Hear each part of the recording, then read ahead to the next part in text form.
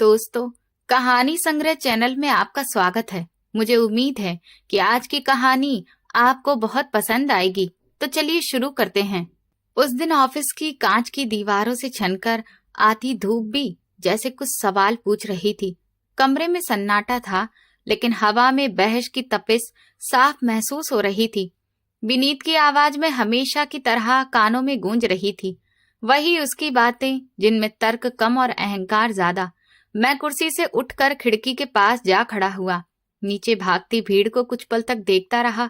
जिंदगी की असली तस्वीर हमेशा जमीन पर दिखाई देती है, ऊंचाइयों से नहीं। तभी दरवाजे के पास हल्की सी आहट हुई और सामने वही विनीत खड़ा था। मैंने उसकी तरफ देखकर शांत लेकिन ठोस आवाज में कहा, तुम समझते हो कि ये महंगी गाड़ी, ये इम्पोर्टेड सूट और शहर की सबसे महंगी बिल्डिंग में बना यह आलीशान ऑफिस ही मेरी असली पहचान है? नहीं मेरे दोस्त, मेरी असल पहचान वो भूख है जो मैंने बचपन में सही है। वो टूटी हुई चप्पल है जिसे सिलकर मैंने मीलों का सफर तय किया है। इंसान अपनी हैसियत बदल सकता है, लेकिन अपनी जड़ें नहीं काट सकता। विनीत मुझे बार बार मेरी फिजूल खर्ची और दया भाव पर ज्ञान दे रहा था, तो मैंने मेज पर हाथ रखते हुए उसकी आंखों में आंखें डालकर कहा, मेरा नाम प्रसून है और मैंने जिंदगी किसी किताब के पाठ से नहीं बल्कि फुटपाथ की धूल से सीखी है। बचपन में ही अनाथ हो गया था। सिर से पिता का साया उठ चुका था और माँ प्रेमला जी ने लोगों के घरों में बर्तन मांज मांज कर, झाड़ू लगाकर मुझे पाला था। मैंने गरीबी को सिर्फ देखा नहीं था, बल्कि उसे ओढ़ा और बिछौना बनाया था। शायद यही वजह थी कि मेरे दिल में गरीबों, मजबूरों और बेसहारा लोगों के लिए वो नरमी थी जो विनीत जैसे चांदी की चम्मच लेकर पैदा होने वालों की समझ से परी थी। मेरी पढ़ाई दूसरों की मदद और छात्रवृत्ति के सहारे पूरी हुई। मैंने रातों की नींद और आराम कुर्बान किया। फिर मेरी मेहनत का ऐसा फल मिला कि मैंने एक छोटी सी दुकान से सफर शुरू किया और देखते देखते शहर का जाना माना बिजनेसमैन बन गया। मैंने ऊंचाइयां जरूर छू ली थीं, लेकिन अपनी औकात कभी नहीं भूला, क्योंकि मुझे पता था कि आसमान में उड़ने वाले परिंदे भी दाना ढूंढने जमीन पर ही उतरते हैं। मेरा ऑफिस शहर की एक बेहद व्यस्त और ऊंची इमारत में था, जहां रोज सैकड़ों लोगों का आना जाना रहता था। कांच की दीवारों से बाहर का नजारा जितना खूबसूरत लगता था, अंदर की दुनिया उतनी ही बनावटी थी। मेरा बिजनेस पार्टनर विनीत मेरे कॉलेज का दोस्त जरूर था, लेकिन हमारी सोच के बीच जमीन आसमान का फर्क था। विनीत एक बहुत अमीर और सुख सुविधाओं में पले बड़े घर का इकलौता चिराग था, जिसने जिंदगी में कभी असली मुश्किलों की गर्म हवा तक नहीं झेली थी। उसकी नजर में गरीब लोग या तो जन्म से चोर होते हैं या फिर नंबर 1 कामचोर। उसका पक्का मानना था कि ऐसे लोग अपनी गरीबी को हथियार बनाकर हम जैसे लोगों से सहानुभूति बटोरते हैं और मेहनत करने की बजाय भीख मांगना आसान समझते हैं। मैं उसकी इस तंग और भेदभाव भरी सोच से कभी भी सहमत नहीं हो पाया। मैं अक्सर उसे समझाने की कोशिश करता कि हर फटे कपड़े पहनने वाला इंसान भिखारी नहीं होता और हर सूट बूट पहनने वाला आदमी ईमानदार नहीं होता। हालात इंसान को तोड़ देते हैं, उसकी जिंदगी छीन लेते हैं, लेकिन विनीत हमेशा हल्की मुस्कान के साथ मेरी बात टाल देता था। उसे लगता था कि मैं एक भावुक और नासमझ इंसान हूँ जो बिजनेस के नियमों से ज्यादा दिल की सुनता है। कुछ समय पहले की बात है, मेरे ऑफिस की बिल्डिंग के ठीक बाहर फुटपाथ के एक कोने में एक अजीब सी बूढ़ी दादी आकर बैठने लगी। उनके सफेद बालों में धूल जमी रहती थी, कपड़े जगह जगह से फटे और गंदे थे और चेहरे पर झुर्रियों का ऐसा जाल था जैसे वक्त ने अपने सारे जुल्म उसी चेहरे पर लिख दिए हों। वह अक्सर अपने आप में गुम कुछ बुदबुदाती रहती थी, जिसे सुनकर राह चलते लोग उन्हें पागल समझ लेते थे। मैंने कई बार देखा कि लोग उन्हें नफरत भरी नजरों से देखते, नाक पर रूमाल रखते और झिड़क कर आगे बढ़ जाते थे। लेकिन जिस दिन से मेरी नजर उन पर पड़ी, न जाने क्यों मेरे कदम वहीं ठहर गए। उनके सूने चेहरे में मुझे अपनी दिवंगत माँ प्रमिला जी की झलक दिखाई देने लगी। वही बेबसी, वही खामोशी और वही टूटी हुई उम्मीद। मुझे पूरा यकीन था कि ये औरत जन्म से पागल नहीं है, बल्कि जमाने की मार और अपनों की बेरुखी ने इसे इस हाल तक पहुंचा दिया है। उसकी खाली और थकी हुई आंखों से सड़क को देखते रहना मुझे भीतर तक कचोट देता था। मुझे साफ महसूस होता था कि अब उसका कोई सहारा नहीं बचा है और ये पत्थर दिल शहर में एक जिंदा लाश की तरह पड़ी है। मैंने अपने लिए एक चुपचाप सी आदत बना ली थी कि जब भी सुबह ऑफिस आता या शाम को घर लौटता तो जेब से कुछ सिक्के या कभी कभी एक दो नोट निकालकर बिना कुछ कहे उसके सामने रख देता। वो उन पेशेवर भिखारियों जैसी नहीं थी जो पीछे पड़ जाते हैं। उसने कभी हाथ नहीं फैलाया और ना कभी मुंह से पैसे मांगे। बस जब मैं पैसे रखता तो वो अपनी बुझी हुई आंखों से एक पल के लिए मेरी तरफ देखती और फिर सिर झुका लेती। उसकी ये खामोशी मुझे और भी ज्यादा अंदर तक छू जाती है। मैंने अपने ऑफिस के बूढ़े चौकीदार को, जो खुद भी बहुत ही नेक दिल इंसान था, सख्ती से समझा दिया था कि दादी को दोपहर का खाना मेरी तरफ से रोज पहुंचाया जाएगा और कोई भी उसे वहां से हटाने या परेशान करने की कोशिश ना करे। चौकीदार ने मेरी बात पूरी ईमानदारी से निभाई और रोज तय समय पर उसे खाना दे देना था। मुझे इस बात की कोई परवाह नहीं थी कि वो कौन है और कहाँ से आई है। मुझे बस इतना सुकून मिलता था कि मेरी कमाई से किसी भूखे का पेट भर रहा है और शायद मेरी माँ प्रमिला जी की आत्मा ये देखकर कहीं मुस्कुरा रही होगी। तभी एक दिन विनीत ने तंज कसते हुए कहा, प्रसून, तुम अकलमंद होकर भी बेवकूफों जैसी हरकतें करते हो। ये 10, 20 या 100 रुपए के नोट इनका पेट नहीं भरते, बल्कि इनके लालच को बढ़ाते हैं। ये सब एक माफिया है और तुम जैसे नरम दिल भावुक लोग इनके सबसे बड़े सहारे हो। तुम्हें क्या लगता है कि वो सच में मजबूर है? अरे नहीं दोस्त, ये इनका पेशा है। ये आदतन अपराधी होते हैं जो दया और मजबूरी का मुखौटा पहनकर हमारे जज्बातों को लूटते हैं।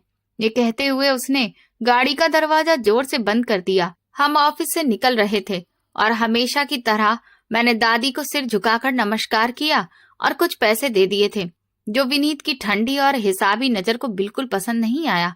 उसके लहजे में साफ जहर घुला हुआ था, जैसे मैं कोई बड़ा गुनाह कर रहा हूँ। मैंने शांति से सीट बेल्ट लगाई, उसकी तरफ मुस्कुराकर देखा और कहा, विनीत, मसला ये है कि तुम हर चीज को नफा नुकसान के तराजू में तौलते हो। मैं उसे सिर पर नहीं चढ़ा रहा, बस अपने दिल का बोझ हल्का कर रहा हूँ। नेकी कभी बेकार नहीं जाती दोस्त। और रही बात इसके पेशे की, तो मेरा रिश्ता इससे नहीं बल्कि उस संस्कार से है जिसने मुझे देने वाला बनाया है। मुझे इस बूढ़ी दादी का खामोश आशीर्वाद चाहिए। क्या पता कल को जहां मेरा पैसा और मेरा दिमाग काम न आए, वहां फुटपाथ पर बैठी इस औरत के आशीर्वाद ने मेरी बिगड़ी बात बना दे। मेरी बात सुनकर विनीत ने नफरत से सिर झटक दिया, जैसे मैं किसी और ही दुनिया की बातें कर रहा हूँ, और गाड़ी स्टार्ट कर दी। उसे पूरा भरोसा था कि मैं अपना पैसा पानी में बहा रहा हूँ। दिन हफ्तों में बदलते गए और हफ्ते महीनों में उस फुटपाथ पर बैठी दादी के साथ मेरा एक अजीब सा अनकहा और अनदेखा रिश्ता बन गया था। कई बार मुझे महसूस होता कि जब मैं गाड़ी में बैठता या ऑफिस के अंदर जाता तो वो मुझे बहुत ध्यान से देखती रहती थी, जैसे वो मेरी हैसियत को टटोल रही हो, जैसे मेरे कोट के बटन से लेकर जूतों की पॉलिश तक, मेरे बोलने के ढंग से लेकर चलने के अंदाज तक सब कुछ परख रही हो। लेकिन मुझे कभी उसकी नजर बुरी नहीं लगी। इसी बीच मौसम ने करवट ली और शहर में कड़ाके की ठंड शुरू हो गई। ठंडी हवाएं हड्डियों तक चुभने लगी तो मुझे खुले आसमान के नीचे बैठी उस बूढ़ी दादी की चिंता सताने लगी। अगले ही दिन मैंने बाजार से एक अच्छी क्वालिटी की गर्म शॉल खरीदी और ऑफिस जाते हुए पूरे आदर के साथ उसके कंधों पर डाल दी। अगले दिन जब मैं उधर से गुजरा तो देखा कि उसने वही शॉल कसकर अपने चारों तरफ लपेट रखी थी। उसे उस हालत में देखकर मेरे दिल को जो सुकून मिला वो करोड़ों की डील साइन करने पर भी नहीं मिलता था। मेरा कारोबार अच्छा चल रहा था, क्लाइंट्स भरोसेमंद थे, लेकिन इंसान की फितरत होती है आगे बढ़ने की। मुझे और मेरी कंपनी को एक ऐसी बड़ी छलांग की जरूरत थी जो हमें लोकल मार्केट से निकालकर मल्टीनेशनल स्तर पर खड़ा कर दे। ये हमारे करियर का सबसे बड़ा मोड़ था जिसका हम बेसब्री से इंतजार कर रहे थे। इसी दौरान शहर के बिजनेस जगत में एक बड़ी खबर ने हलचल मचा दी। शहर की सबसे बड़ी इंफ्रास्ट्रक्चर और अवार्ड से जुड़ी कंपनी ए एंटरप्राइजेस ने एक ऐसे मेगा प्रोजेक्ट का ऐलान किया जो किसी भी छोटी कंपनी की किस्मत बदल सकता था। ये डील लाखों की नहीं बल्कि करोड़ों की थी और शहर का हर छोटा बड़ा कारोबारी इसे हासिल करने के लिए जी जान लगा रहा था। लेकिन मामला इतना आसान नहीं था, क्योंकि उस कंपनी की मालकिन थी मैडम सरिता, एक ऐसा नाम जिसे सब जानते थे, मगर देखा किसी ने नहीं था। वो पर्दे के पीछे रहकर कारोबार चलाती थी और उनके बारे में मशहूर था कि वो बेहद उसूलों वाली, सख्त मिजाज और लोहे जैसी विल पावर रखने वाली महिला हैं। मार्केट में ये भी चर्चा थी कि अतीत में उनके किसी बेहद करीबी बिजनेस पार्टनर ने उन्हें बुरी तरह से धोखा दिया था, जिसके बाद उनका दिल पत्थर का हो गया था। लोग कहते थे कि मैडम सरिता सिर्फ फाइलों में लिखे आंकड़े नहीं देखती, बल्कि इंसान का चरित्र और नियत भी परखती हैं। उनके मानकों पर खरा उतरना लोहे के चने चबाने जैसा था, क्योंकि वो गलती ही नहीं, नियत की भी माफी नहीं देती थी। उस प्रोजेक्ट की प्रेजेंटेशन के लिए हम दिन रात एक किए हुए थे। ऑफिस की लाइटें देर रात तक जलती रहती और हम फाइलों के ढेर में उलझे रहते। लेकिन विनीत का रवैया शुरू से ही नेगेटिव था। उसे लगता था कि हम बेकार में दीवार से सिर टकरा रहे हैं।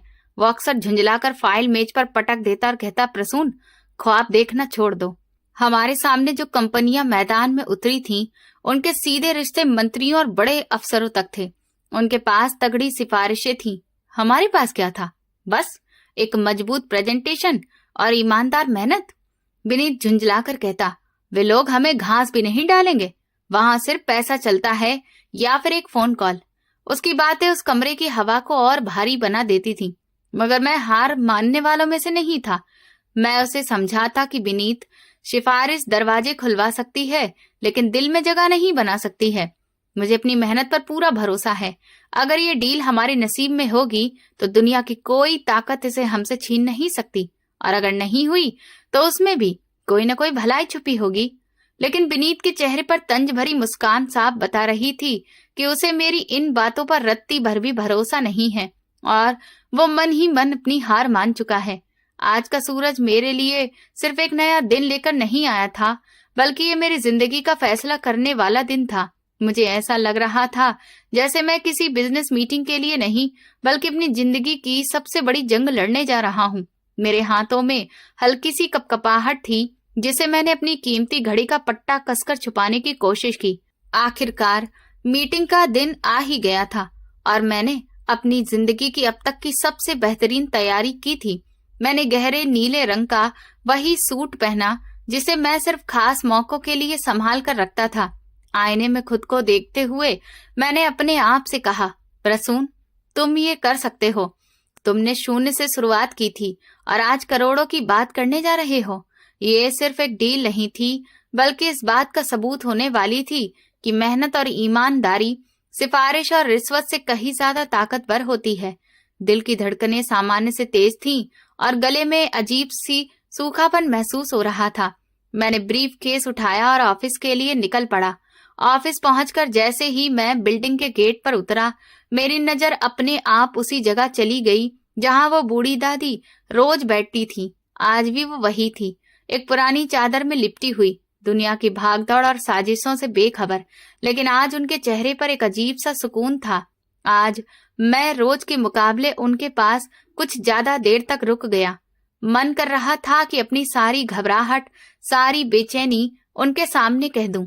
मैं झुककर उनके पास गया और धीरे से बोला, दादी जी, आज मुझे खास आशीर्वाद देना। आज मेरी जिंदगी की सबसे बड़ी और कठिन परीक्षा है। मैं एक ऐसे मैदान में उतरने जा रहा हूँ जहाँ बड़े बड़े मगरमच्छ बैठे हैं। अगर ये डील हो गई, अगर आज मुझे इज्जत मिली, तो यकीन मानिए मैं बहुत से लोगों की मदद कर सकूंगा। बहुत से घरों के चूल्हे बुझने से बच जाएंगे। मेरी बात सुनकर उसने पहली बार अपना झुका हुआ सिर पूरी तरह ऊपर उठाया। उसकी आंखों में आज वो वीरानी नहीं थी जो रोज दिखाई देती थी, बल्कि उनमें एक अजीब सी चमक थी, एक जानी पहचानी सी रोशनी जिसने मुझे एक पल के लिए चौंका दिया। उसके सूखे होठों पर एक हल्की सी रहस्यमयी मुस्कान आ गई।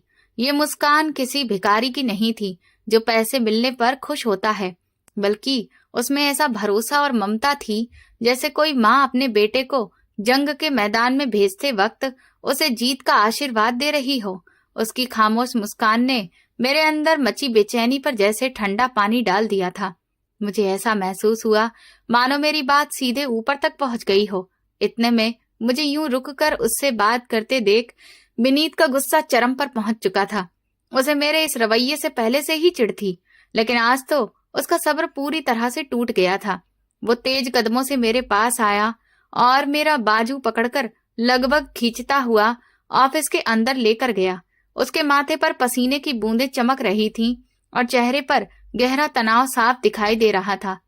अरे प्रसून, तुम उस पागल औरत से आशीर्वाद लेने लगे हो जिसे खुद अपने होश की खबर नहीं है। तुम सच में इतने नासमझ हो या जानबूझकर ड्रामा करते हो? तुम्हें क्या लगता है फुटपाथ पर बैठी उस औरत की बड़बड़ाहट से हमें करोड़ों का प्रोजेक्ट थाली में रखकर मिल जाएगा? विनीत का लहजा कड़वा और चुभने वाला था। वो बार बार अपनी कलाई पर बंधी घड़ी देख रहा था, जैसे वक्त उसके हाथों से रेत की तरह फिसलता जा रहा हो। प्रैक्टिकल बनो प्रसून, भावुकता घर पर छोड़कर आया करो। आज बड़ी मीटिंग है और हमें वहां वक्त से पहले पहुंचना है। तुम्हें अंदाजा भी है कि मैडम सरिता वक्त की कितनी पाबंद है। उनके बारे में मशहूर है कि अगर कोई 1 मिनट भी देर करते तो वो मीटिंग रूम तो दूर, बिल्डिंग के रिसेप्शन से ही उसे वापस भिजवा देती हैं। उनकी शब्दावली में लेट नाम का कोई शब्द ही नहीं है और तुम यहाँ सड़क किनारे बैठकर भिखारियों के चक्करों में पड़े हो। जल्दी चलो, वरना हमारी महीनों की मेहनत उसी गेट पर दम तोड़ देगी। विनीत की घबराहट जायज थी, क्योंकि हमारे पास खोने के लिए बहुत कुछ था और पाने के लिए एक पूरी सल्तनत सामने खड़ी थी। उसकी बातें भले ही कड़वी थी, लेकिन बिजनेस की बेरहम दुनिया की सच्चाई भी यही थी। मैंने उस वक्त उससे बहस करना ठीक नहीं समझा, क्योंकि हमारा सारा ध्यान सिर्फ प्रेजेंटेशन पर होना चाहिए था। मैंने उसकी बात में सिर हिलाया और हम दोनों तेजी से लिफ्ट की तरफ बढ़ गए। विनीत लगातार बड़बड़ा रहा था कि हमारे पास कोई सिफारिश नहीं है और ऊपर से अगर हम लेट हो गए तो फिर हमें सब समेटकर घर बैठ जाना चाहिए। उसका नकारात्मक रवैया मेरे दिमाग पर असर डालने की कोशिश कर रहा था, लेकिन मेरे जहन में बार बार उस बूढ़ी दादी की मुस्कान घूम रही थी, जिसने मुझे बिना कुछ कहे एक अनजाना सा हौसला दे दिया था। मीटिंग का समय 2 बजे तय था और घड़ी की सुइयां 1 बजने का इशारा कर रही थी। हमारे पास सिर्फ 1 घंटा था और दूरी भी काफी ज्यादा थी। मैं ऑफिस से निकलते वक्त अजीब सी अफरा तफरी में था। एक हाथ में प्रेजेंटेशन की भारी फाइलें थीं और दूसरे हाथ में मोबाइल कान से लगा हुआ था। मैं अपने असिस्टेंट को आखिरी वक्त की हिदायतें दे रहा था। देखो, फाइल नंबर 3 में जो फाइनेंशियल चार्ट्स हैं उन्हें दोबारा अच्छी तरह से जांच लेना। मुझे किसी भी तरह की गलती की गुंजाइश नहीं चाहिए। और हाँ, अगर कोई भी जरूरी कॉल आए तो उसे कल तक के लिए होल्ड करवा देना। मैं तेजी से सीढ़ियां उतर रहा था। मेरे जूतों की ठक ठक सीढ़ियों पर गूंज रही थी, जो जैसे मेरे दिल की धड़कनों के साथ ताल मिला रही थी। मेरा दिमाग एक कैलकुलेटर की तरह लगातार चल रहा था। मैं सोच रहा था कि अगर मैडम सरिता ने मार्केट में मौजूद मुकाबले के बारे में सवाल किया तो मैं क्या जवाब दूंगा। अगर उन्होंने हमारे पुराने प्रोजेक्ट्स का हवाला मांगा तो कौन सी फाइल सबसे पहले आगे रखूंगा। ये एक जंग थी और मैं बिना किसी गलत हथकंडे के इसे लड़ना चाहता था। विनीत पहले ही पार्किंग में पहुंच चुका था और गाड़ी स्टार्ट करके हॉर्न दे रहा था ताकि मैं और वक्त बर्बाद ना करूं। मैं तेजी से भागता हुआ पार्किंग की तरफ बढ़ा।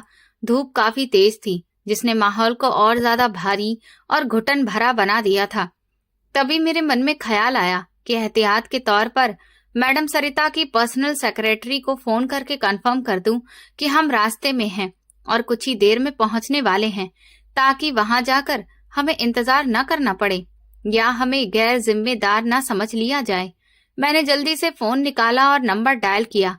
मेरा पूरा ध्यान कॉल लगने पर था। जैसे ही फोन कान से लगाया, उसी पल मेरे कानों में एक जानी पहचानी और बेहद महंगी आईफोन की रिंगटोन गूंज उठी। आवाज इतनी साफ और इतनी पास से आई कि मैं चौंक कर वहीं रुक गया। उस वक्त मैं ऑफिस की बिल्डिंग के गेट से बाहर निकलकर गाड़ी की तरफ जा रहा था। मैंने घबराकर इधर उधर देखा कि शायद कोई स्टाफ मेंबर या कोई क्लाइंट पास में ही खड़ा हो जिसका फोन बज रहा हो, लेकिन वहां मेरे और उस बूढ़ी दादी के अलावा कोई नहीं था। मेरी नजर अनायास ही उस दादी की तरफ उठी जो गेट के पास दीवार से टेक लगाकर बैठी थी, और फिर जो मैंने महसूस किया उसने एक पल के लिए मेरे दिमाग को सुन्न ही कर दिया। वो आवाज, वही खास और महंगी रिंगटोन, कहीं और से नहीं बल्कि उस दादी के पास रखे एक बहुत पुराने मैले और जगह जगह से फटे थैले के अंदर से आ रही थी। मेरा दिमाग इस सच को मानने से इनकार कर रहा था। ये कैसे मुमकिन है? एक औरत जो 2 वक्त की रोटी के लिए मेरी दी हुई मदद पर जी रही है, जिसके पास पहनने के लिए ढंग के कपड़े नहीं, उसके फटे हुए थैले में लाखों की कीमत का फोन कैसे हो सकता है? क्या उसने चोरी किया है? क्या ये किसी गिरोह से जुड़ी हुई है, या फिर ये सिर्फ मेरा वहम है? एक ही पल में हजारों सवाल मेरे दिमाग में घूम गए। मेरा हाथ हवा में ही थम गया। मैं आगे बढ़कर पूछना चाहता था, सच्चाई जानना चाहता था कि आखिर ये माजरा क्या है, लेकिन विनीत ने गाड़ी का हॉर्न लगातार बजाकर मुझे मेरे ख्यालों की दुनिया से बाहर खींच लिया। इतनी जल्दी थी और दबाव इतना ज्यादा कि मैंने अपनी सोच को झटक दिया। मैंने खुद को समझाया, प्रसून, तुम वहम कर रहे हो। शायद सड़क से गुजरते किसी राहगीर का फोन होगा। ट्रैफिक के शोर में आवाज का अंदाजा गलत लग गया होगा। उस वक्त रुककर पूछताछ करने का मतलब था अपनी जिंदगी की सबसे बड़ी डील को दांव पर लगा देना। मैंने सिर झटका, उस अजीब से ख्याल को नजरअंदाज किया और तेजी से कदम बढ़ाकर गाड़ी में बैठ गया। लेकिन गाड़ी में बैठते हुए भी मेरी निगाहें उस पुराने थैले पर टिकी रही। मुझे क्या पता था कि वो रिंगटोन सिर्फ एक आवाज नहीं, बल्कि आने वाले तूफान की पहली दस्तक थी। तभी विनीत झल्लाकर चिल्लाया, ड्राइवर, ये क्या बकवास है? गाड़ी को झटके क्यों लग रहे हैं? मैंने कहा था ना, सर्विस करवा कर लाना। आज ही इस कबाड़ को जवाब देना था क्या? हम अभी आधे रास्ते ही पहुंचे थे कि गाड़ी ने एक जोरदार झटका खाया और इंजन से अजीब सी गड़गड़ाहट की आवाज आने लगी। विनीत गुस्से में सीट से उछल पड़ा और ड्राइवर पर बरस पड़ा। ड्राइवर ने घबराकर गाड़ी साइड में लगाने की कोशिश की, मगर गाड़ी सड़क के बीचों बीच ही बंद हो गई और बोनट से धुआं उठने लगा। ये देखते ही विनीत का चेहरा गुस्से से लाल हो गया। वो बाहर उतरा और बोनट पर जोर से हाथ मारते हुए चिल्लाया, धत तेरी की, ऐसी किस्मत!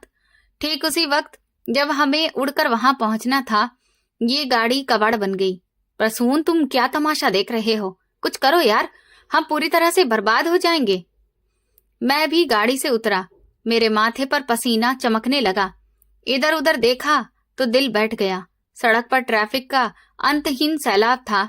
गाड़ियां कछुए की चाल से रेंग रही थीं। मैंने विनीत के कंधे पर हाथ रखा और उसे शांत करने की कोशिश की। विनीत, चिल्लाने से गाड़ी ठीक नहीं हो जाएगी। हमें तुरंत कोई टैक्सी या ऑटो देखना होगा। विनीत ने मेरा हाथ झटक दिया और तंज भरी हंसी हंसते हुए बोला, इस ट्रैफिक जाम में तुम्हें टैक्सी तो छोड़ो, हेलीकॉप्टर भी नहीं मिलेगा। प्रसून, हम फंस गए हैं, बुरी तरह से फंस गए हैं। मैंने घड़ी पर नजर डाली। वक्त तेजी से हाथ से निकलता जा रहा था। मैंने तुरंत जेब से फोन निकाला और मैडम सरिता के ऑफिस का नंबर मिलाया। दूसरी तरफ उनकी पीए ने फोन उठाया तो मैंने अपनी आवाज में छुपी घबराहट को काबू में रखते हुए कहा, हेलो, मैं प्रसून बोल रहा हूँ। हमारी गाड़ी रास्ते में खराब हो गई है और यहाँ भयानक ट्रैफिक जाम है। कृपया हमें थोड़ी सी मोहलत दे दीजिए, हम बस पहुंचने ही वाले हैं। दूसरी तरफ से बेहद ठंडे और सपाट लहजे में जवाब आया, मिस्टर प्रसून, मैडम सरिता जी इंतजार करना पसंद नहीं करती। आपको वक्त की पाबंदी का ध्यान रखना चाहिए था। बहरहाल आप आ जाइए, देखते हैं क्या हो सकता है। फोन करते ही मेरे कान सुन्न हो गए। विनीत सिर पकड़कर फुटपाथ पर बैठ गया था और लगातार ड्राइवर को कोस रहा था। पूरे 45 मिनट वहीं बर्बाद हो चुके थे। हर गुजरता पल हमारी उम्मीदों की गर्दन दबा रहा था। तभी विनीत ने अचानक सिर उठाया और नफरत भरी नजरों से मेरी तरफ देखा। उसकी आंखों में एक अजीब सी सनक थी। वो खड़ा हुआ और मेरी तरफ उंगली उठाकर बोला, प्रसून, ये सब तुम्हारी वजह से हो रहा है। ये गाड़ी यूं ही खराब नहीं हुई, हमें बदशगुनी से घेर लिया है और वो बदशगुनी तुम्हारी वो लाडली भिखारिन है। मैं हैरानी से उसे देखने लगा।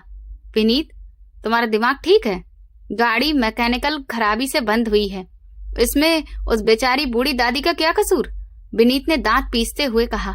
कसूर उस मनुष्य चेहरे का है जो तुमने सुबह सुबह देखा था। मैंने तुम्हें सैकड़ों बार कहा है कि ये सड़क किनारे बैठे लोग, ये भिखारी, इनका साया भी भारी होता है।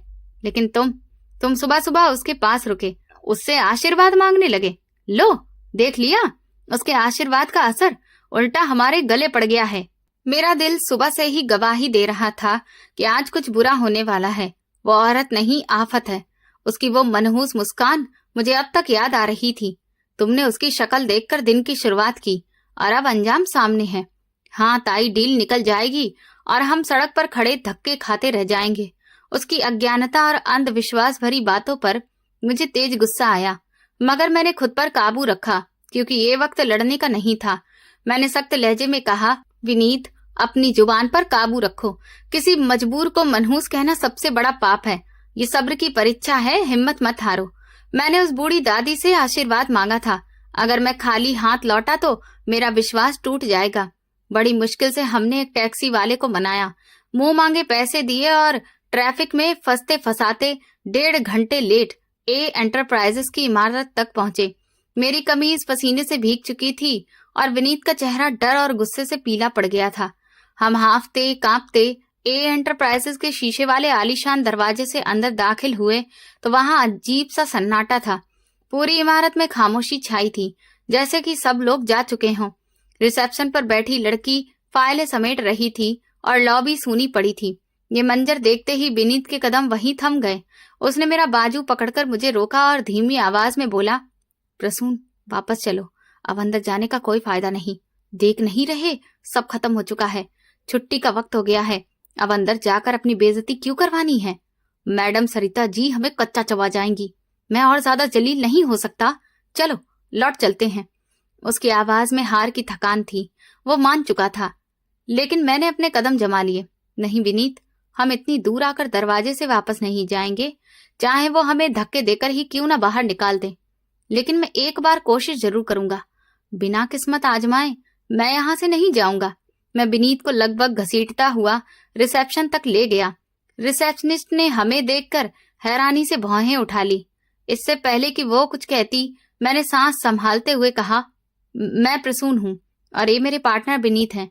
हमारी मैडम सरिता के साथ मीटिंग थी। रास्ते में गाड़ी खराब हो गई, इसलिए देर हो गई। प्लीज हमें उनसे मिलने दीजिए। लड़की ने घड़ी की तरफ देखा, फिर हमें एक अजीब सी नजर से देखा। मुझे लगा अब वो मना कर देगी, लेकिन उसने इंटरकॉम पर किसी से बात की और फिर हल्की मुस्कान के साथ बोली, जी मिस्टर प्रसून, मैडम सरिता अभी तक आपका इंतजार कर रही हैं। हालांकि बाकी सब जा चुके हैं। आप कॉन्फ्रेंस रूम में चले जाइए। ये सुनते ही विनीत का मुंह हैरानी से खुला रह गया। वो मुझे ऐसे देख रहा था जैसे कि पूछ रहा हो, ये कैसे हो सकता है। मैं विनीत को साथ लेकर तेजी से कॉरिडोर की ओर बढ़ गया। विनीत अब भी बड़बड़ा रहा था, ये जरूर हमें बुलाकर हमारी बेइज्जती करना चाहती है। तैयार रहना प्रसून, आज हमारी क्लास लगने वाली है। हम कॉन्फ्रेंस रूम के भारी दरवाजे के सामने पहुंचे। मैंने एक गहरी सांस ली, टाई की गांठ ठीक की और दरवाजा खोलकर अंदर दाखिल हो गया। अंदर का नजारा बेहद रौबदार था। एक बहुत बड़ी अंडाकार मेज थी जिसके चारों ओर कुछ बोर्ड मेंबर चुपचाप बैठे थे और सबकी नजरें हम पर टिकी थी। कमरे में एसी की ठंडक के बावजूद मुझे पसीना आ रहा था। मेज के दूसरे सिरे पर बिल्कुल बीच में एक बड़ी सी चेयर रखी थी जिसकी पीठ हमारी तरफ थी। उस कुर्सी पर कोई बैठा था, लेकिन हमें सिर्फ उसकी ऊंची पीठ ही दिख रही थी। हम दोनों दरवाजे के पास ही ठिठक गए। बोर्ड मेंबर्स के चेहरे गंभीर थे। विनीत मेरे पीछे छिपने की कोशिश कर रहा था। मैंने हिम्मत जुटाई और कांपती हुई आवाज में कहा, नमस्ते मैडम, हमें बहुत अफसोस है, हम सच में शर्मिंदा हैं। दरअसल रास्ते में हमारी गाड़ी खराब हो गई थी और ऊपर से ट्रैफिक जाम ने और देर करवा दी। हम जानते हैं कि आप वक्त की बहुत ही पाबंद हैं और हमने आपका कीमती समय खराब किया है, लेकिन यकीन मानिए हमारी नीयत बिल्कुल गलत नहीं थी। हमने इस प्रोजेक्ट पर दिल से मेहनत की है। अगर आप हमें बस 5 मिनट दे दें तो हम साबित कर देंगे कि हम इसके काबिल हैं। मैं लगातार बोलता जा रहा था, सफाइयां दे रहा था, लेकिन वो कुर्सी अपनी जगह बिल्कुल स्थिर थी। उधर से कोई जवाब नहीं आ रहा था। विनीत ने मेरे कान में धीमी आवाज में कहा, प्रसून, ये सुन भी रही है या नहीं? मुझे तो लग रहा है वो हमें जानबूझकर नजरअंदाज कर रही हैं। चलो यहाँ से निकल चलते हैं।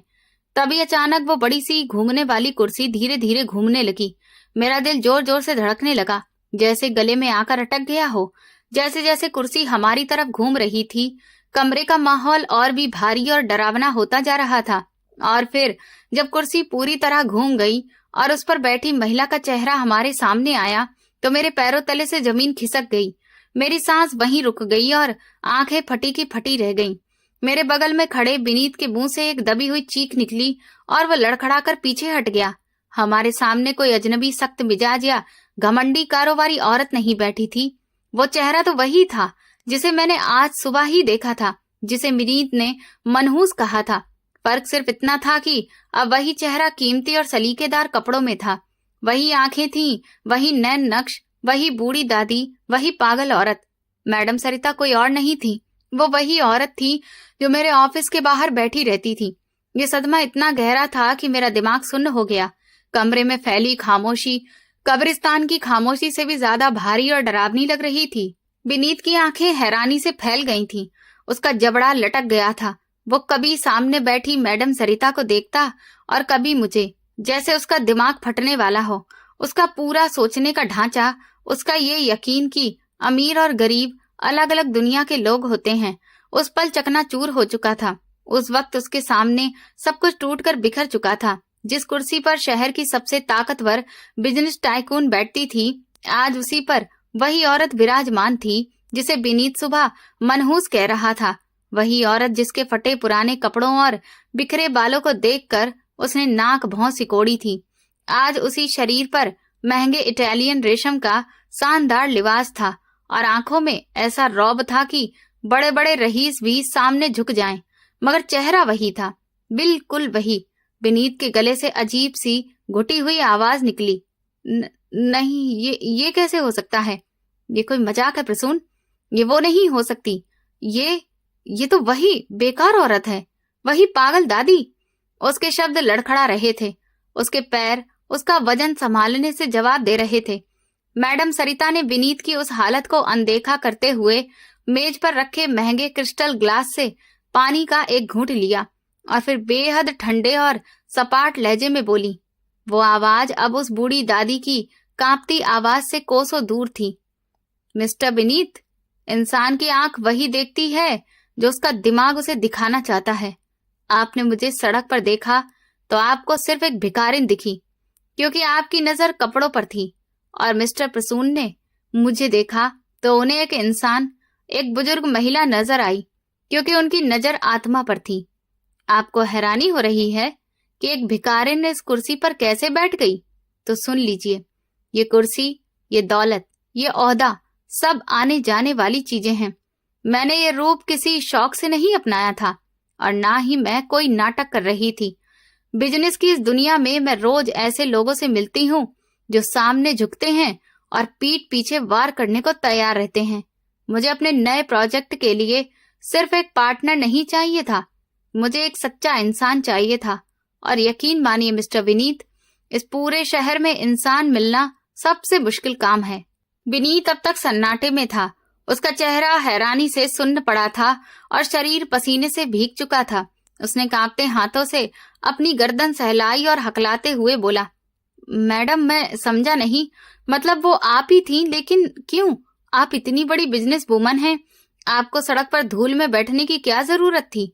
और वो फोन, वो आईफोन की रिंगटोन जो प्रसून ने सुनी थी, उस वक्त विनीत की हालत बिल्कुल उस अपराधी जैसी थी जो रंगे हाथों पकड़ा गया हो और अब घबराकर सफाई देने की नाकाम कोशिश कर रहा हो। मैडम सरिता जी के चेहरे पर एक हल्की सी तंज भरी मुस्कान आई। उन्होंने मेज की दराज खोली और वही आईफोन निकालकर मेज पर रख दिया। स्क्रीन पर अभी भी प्रसून की मिस्ड कॉल चमक रही थी। उन्होंने शांत लेकिन सख्त आवाज में कहा, हाँ मिस्टर विनीत, यही वो फोन है जिसकी रिंग आज दोपहर प्रसून ने सुनी थी और जिसे उसने वहम समझा था। मैं पिछले 1 महीने से रोज अपना भेष बदलकर, चेहरे पर मोटा मेकअप लगाकर और फटे पुराने कपड़े पहनकर आपके ऑफिस के बाहर बैठती थी।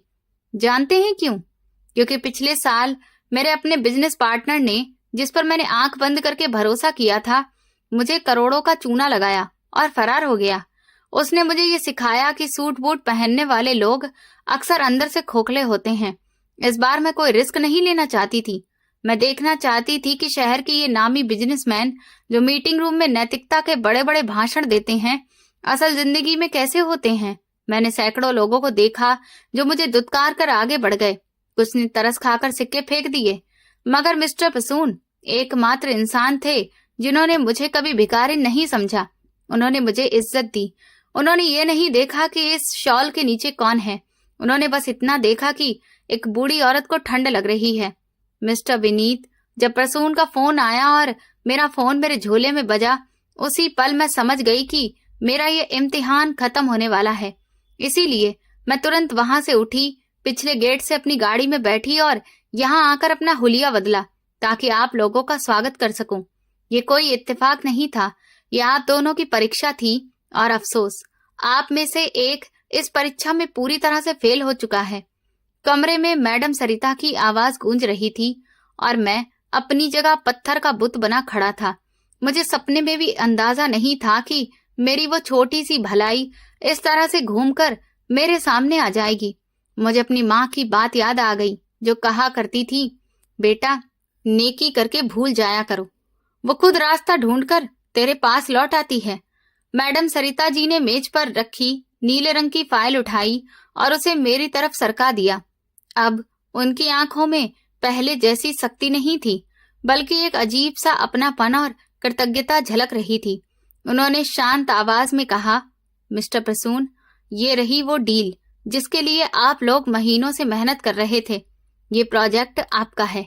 आज से आपकी कंपनी ए एंटरप्राइजेस की आधिकारिक पार्टनर है। ये फैसला मैंने ना आपकी बैलेंस शीट देखकर किया है और ना ही आपकी प्रेजेंटेशन देखकर।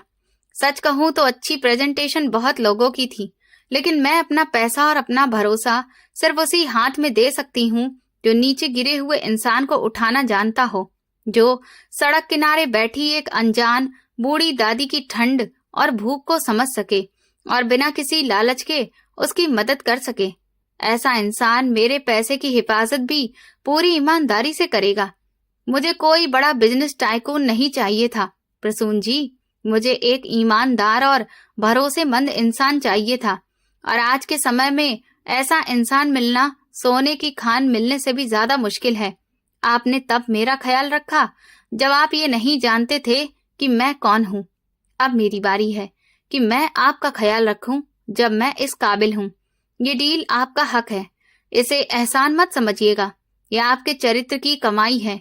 मैंने कांपते हाथों से फाइल थामी, मेरी आंखें भर आईं। मैं बहुत कुछ कहना चाहता था, धन्यवाद कहना चाहता था, लेकिन शब्द मेरा साथ छोड़ चुके थे। तभी मैडम सरिता की नजर विनीत की तरफ गई और इस बार उनका लहजा इतना सख्त था जैसे तपते तवे पर पानी की बूंद गिर पड़ी हो। और अब बात आपकी मिस्टर विनीत। आप जैसे लोग जो इंसान को उसके कपड़ों, गाड़ी और रुतबे से आंकते हैं, वो मेरे पार्टनर तो दूर मेरे यहाँ नौकरी के लायक भी नहीं है। आपकी सोच इतनी छोटी है कि मुझे हैरानी होती है। आपने बिजनेस में इतनी तरक्की कैसे कर ली? शायद दूसरों का हक मारकर।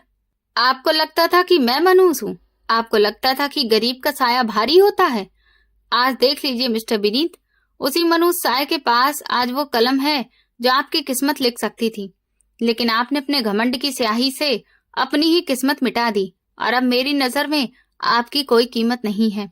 आप मुझे बिजनेस के उसूल सिखाने आए थे ना, तो ध्यान से सुन लीजिए। बिजनेस का पहला उसूल है इंसान की वैल्यू, उसका कद नहीं बल्कि उसका कलेजा। और जिसका कलेजा खाली हो वो बादशाह बनकर भी अंदर से भिखारी ही रहता है। ये डील सिर्फ और सिर्फ मिस्टर प्रसून के नाम है, इसमें आपका 1% भी हिस्सा नहीं होगा। और मैं चाहती हूँ कि आप इसी वक्त मेरे ऑफिस से बाहर चले जाएं, इससे पहले कि मुझे सिक्योरिटी बुलानी पड़े, क्योंकि मुझे अपने आसपास नकारात्मक सोच और घमंड से भरे लोगों को बर्दाश्त करना नहीं आता। विनीत का चेहरा पूरी तरह से उतर चुका था। वो शर्मिंदगी और बेइज्जती के समंदर में डूबा खड़ा था। उसने कुछ कहने के लिए होंठ खोले, शायद माफी मांगना चाहता था या कोई सफाई देना चाहता था, लेकिन मैडम सरिता ने हाथ उठाकर उसे चुप करा दिया। विनीत हार चुका था। वो झुके हुए कंधों और टूटे हुए हौसले के साथ उठा। उसकी चाल से वो अकड़ गायब हो चुकी थी जो हमेशा उसके साथ रहती थी। वो नजरें चुराता हुआ जैसे कोई अपराधी हो कमरे से बाहर निकल गया। उसके जाते ही कमरे का माहौल हल्का और शांत हो गया। मैंने गहरी सांस ली और मैडम सरिता जी की तरफ देखा। उन्होंने हल्की सी मुस्कान के साथ सिर हिलाया, जैसे सब कुछ अपनी सही जगह पर आ गया हो। मैं फाइल सीने से लगाकर बाहर निकला तो शाम हो चुकी थी। सूरज ढल रहा था, लेकिन मेरी जिंदगी का नया सूरज उग चुका था। पार्किंग में विनीत अपनी खराब गाड़ी के पास खड़ा सिर पकड़कर खड़ा था। एक पल को उस पर तरस आया, लेकिन मैं रुका नहीं, क्योंकि आज मुझे समझ आ गया था कि इज्जत उसी को मिलती है जो दूसरों की इज्जत करना जानता है। मैं अपनी टैक्सी में बैठा और ड्राइवर को चलने का इशारा किया। आज वो फुटपाथ मुझे खाली दिखाई देगा, लेकिन वो खाली जगह मुझे जिंदगी भर याद दिलाती रहेगी कि असली बादशाही कपड़ों से नहीं, किरदार से होती है। इंसान की पहचान उसके पद और पैसे से नहीं, उसके व्यवहार से होती है। तो दोस्तों, अगर आपको आज की कहानी पसंद आई हो तो वीडियो को लाइक जरूर कीजिए, अपने दोस्तों के साथ शेयर कीजिए, और अगर आपने अभी तक हमारा चैनल सब्सक्राइब नहीं किया है तो जरूर कर लीजिए। मिलते हैं कल एक नई और दिल को छू लेने वाली कहानी के साथ। धन्यवाद।